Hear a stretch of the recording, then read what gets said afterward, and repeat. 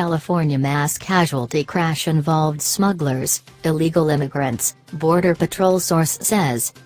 The fence did not involve Trump wall construction.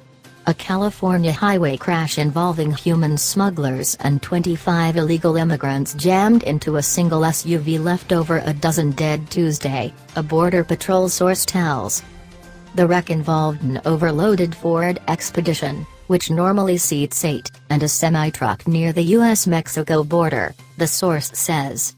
Officials noted that the SUV though only had 2 seats in the front, while all of the back seats had been removed to create more space for passengers.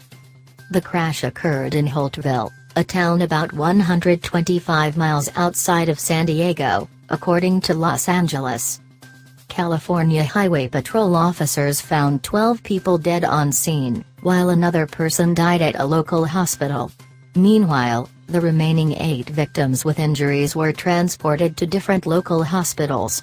Authorities do not yet know if the driver of the Ford, who died in the crash, had stopped at a stop sign before crossing into the path of the big rig around 6:15 a.m., CHP Chief Omar Watson told reporters. The gravel-hauling semi-truck hit the left side of the SUV, which appeared to have been pushed off the road.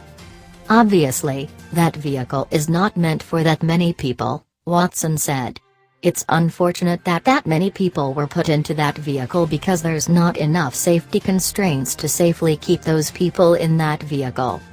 The driver of the commercial truck, which was hauling 2 trailers of gravel, was hospitalized with moderate injuries.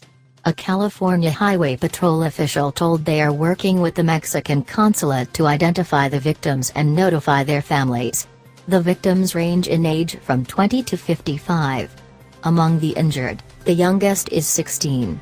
Customs and Border Protection sources told that the crash happened after a hole was cut in the border fence near Calexico, California.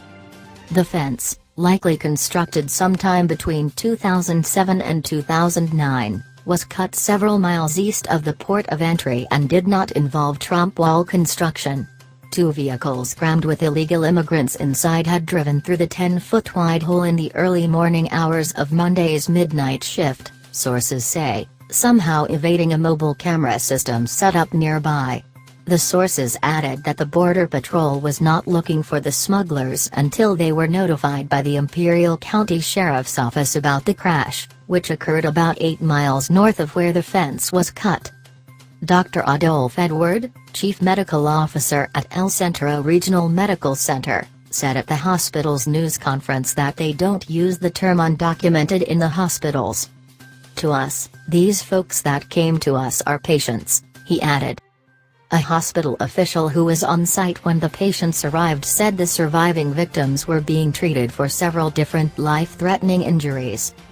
Several patients did get transferred out. Those were the most critically ill, the ones that were flown from the scene, the official said.